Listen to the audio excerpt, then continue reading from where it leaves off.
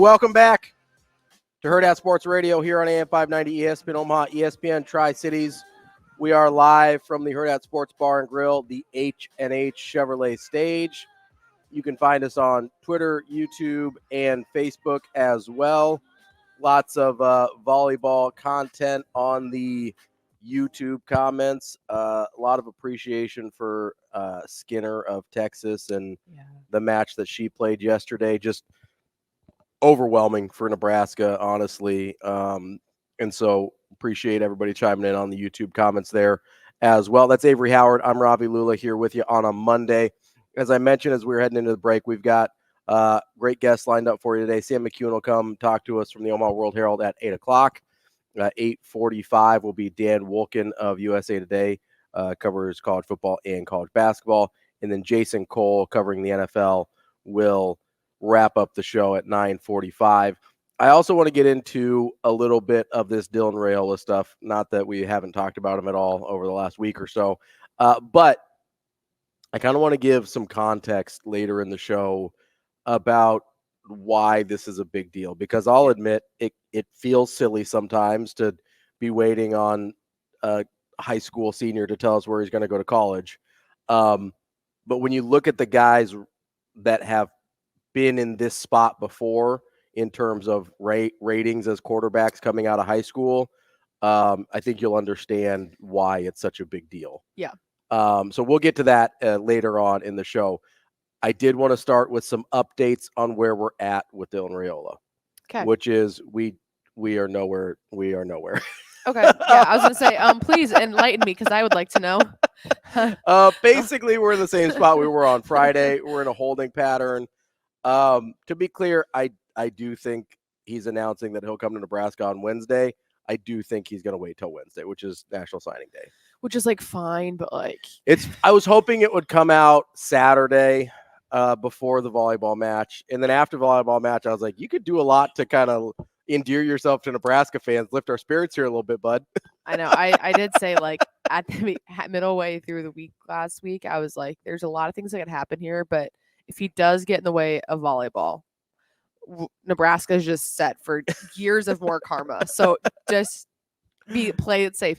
But you could do Sunday night, win or lose. It's okay. It's fine. True. I just, my life is basically being controlled by this 17 or 18-year-old kid for the last, ever since this news dropped, about a week, literally a week ago. Almost exactly a week, yeah. Yeah, I basically had everyone on the team ready with every possible outcome, situation, story, video, graphic, everything. Yeah. And I every single time I go do something, I was in church on Sunday sitting there. I'm like, I haven't checked my phone in 30 minutes. I'm like, what happens if it was this morning?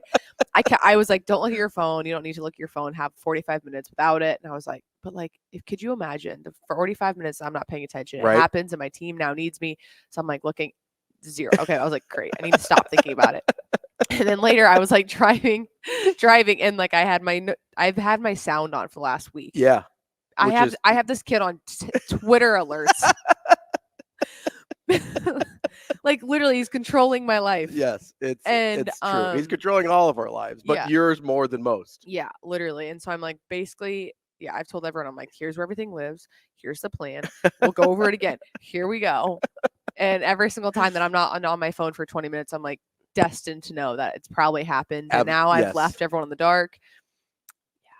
I was playing Friday night. I was playing pickleball, and I was like, watch, he's going to do it now 100%. While I'm not paying attention. 100%. Or like every time I get in the shower, it's going to be like, this is the time period, this 15 minutes or whatever, this time period is going to be exactly when he announces, and I'm going to be 20 minutes behind everybody else by the time I look at my phone. It hasn't happened. There is no announcement. I do think it is coming on Wednesday. Are we able to like contact Buford High School and be like, hey, what time's your signing day? So it should be early. It should be, I mean, honestly, it should be during the show. So the key word there is should. Yes. Okay. I mean, at this point, everything is a should. Yeah. I have no reason to believe he's not coming to Nebraska. Yeah, right. We kind of talked about this a little bit on Friday when Elijah was in, but like at this point, it would be so awkward to go back to Georgia. I mean, yeah. I don't even know if that's like he might go somewhere else. I don't think he's going to Georgia. He looked like he was having a jolly dandy good time this past weekend in Nebraska. He did. And we've seen that before. We have. You know, we've seen bones thrown. he was at baseball games. He was at basketball games. He was at wrestling this weekend. He brought his weekend. buddies.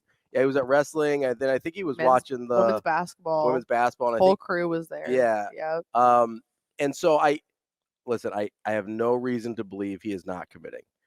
There was a light show going on Friday night at Memorial Stadium that some people are, think maybe they were filming some sort of content with a certain high-profile recruit that may or may not be Dylan Raiola. I mean, it's pretty hard not to see the lights on that stadium in the middle of December at night when you're like, hey, what's going on there? What's going on there? There were a lot of them there, so they could be putting something together. They could, maybe we'll have like a nice little announcement of a group of guys. Maybe they're trying to drop a big, DB on Friday hinted at surprises. Hey, there might be some surprises on Wednesday, and he wasn't talking about Raiola, so then he, kind of walked it back a little bit. Oh, I mean, maybe like nationally, if you just play the odds. I'm just speaking in general terms. Yeah, there's a lot of surprises happening outside. Okay, DB, whatever you say. I just needed to get here, Yes, listen. We're Nebraska fans. We're going to go through the most pain possible before something good happens. Yeah. So we're really crossing our fingers that it's going to happen on Wednesday. Maybe he brings a couple of friends with him. But that's where we're at. There's no announcement, unfortunately. That would have been really nice if. Yeah, no, there's still nothing. There's nothing. What I have heard, just, rumors, because why not? It does sound like there might be some friends coming along. Yeah. It sounds like, it sounds like. You know what? That is the scary thing about working in the media realm is that you tend to know a little bit more. Mm-hmm. But you don't know the full deal usually ever, obviously. Yeah. So you know more than the common person. And so obviously with that comes with a lot of great responsibility. So I'm not saying we're sitting here right now being like, we know things, but like we have a lot more leads, I would say, on a lot of situations. Well, you just hear things. You do. Yeah. But then you have to sit here and preparation. And then when it doesn't, you also are, at that point, you do become the common fan. Yeah. Because you're prepared for basically every lead that you've potentially heard. Mm-hmm. Which is nice. It's a privilege to know some things. Yeah. But because you know more, it's also like a little bit more agonizing, I think. Also, the truth of the matter is, like, I don't know, 70% of the leads don't pan out. 100%. So you're the first-ish usually sometimes to happen to hear what's like the inner circle discussion sometimes. But you're also often the most confused. 100%. Because a bunch of the stuff that you heard was happening doesn't happen. Yeah.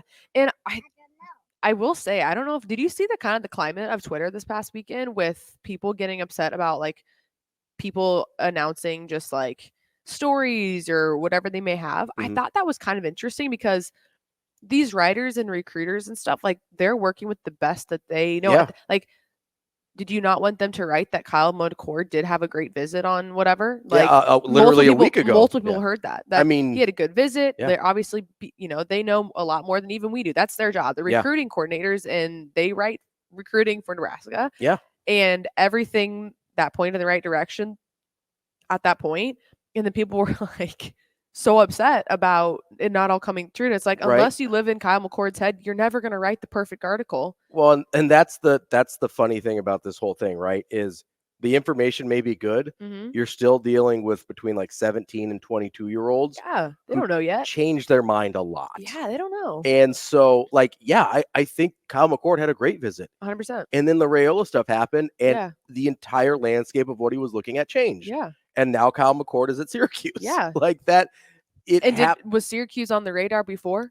As a huge contender? No, it was Nebraska. I mean, if the Raiola thing doesn't happen, I am almost, I would say like 97% sure Kyle McCord is committed to Nebraska. Right. Like, I know it shocked me yesterday for the most part when during the volleyball game it said breaking Kyle McCord to Syracuse. Like, I known that it was semi on the radar, but it wasn't like I was thinking he's going to go from Ohio State to maybe Nebraska to, Syracuse. Yeah, after the Nebraska thing fell apart, Syracuse was the main contender. Right. But, yeah, I mean, it was before the Raiola. So basically exactly a week ago, we were talking about the McCord stuff. The Raiola stuff hadn't broke yet because that happened in the afternoon. And I would have told you 97% sure that Kyle McCord was coming to Nebraska. Right. And at that moment, I believe that was accurate. I know. Like, that's the tough part is you say you tweet things out or you you say things on the air or you write a story, and at the moment you wrote it, it was That's accurate. all you know. And it was accurate at the time. And then 8 hours later, you might have some breaking. Yeah. Dylan Raiola decides he wants to come to Nebraska, and it's like, well, see you, Kyle McCord. Yeah. It's a super fluid situation.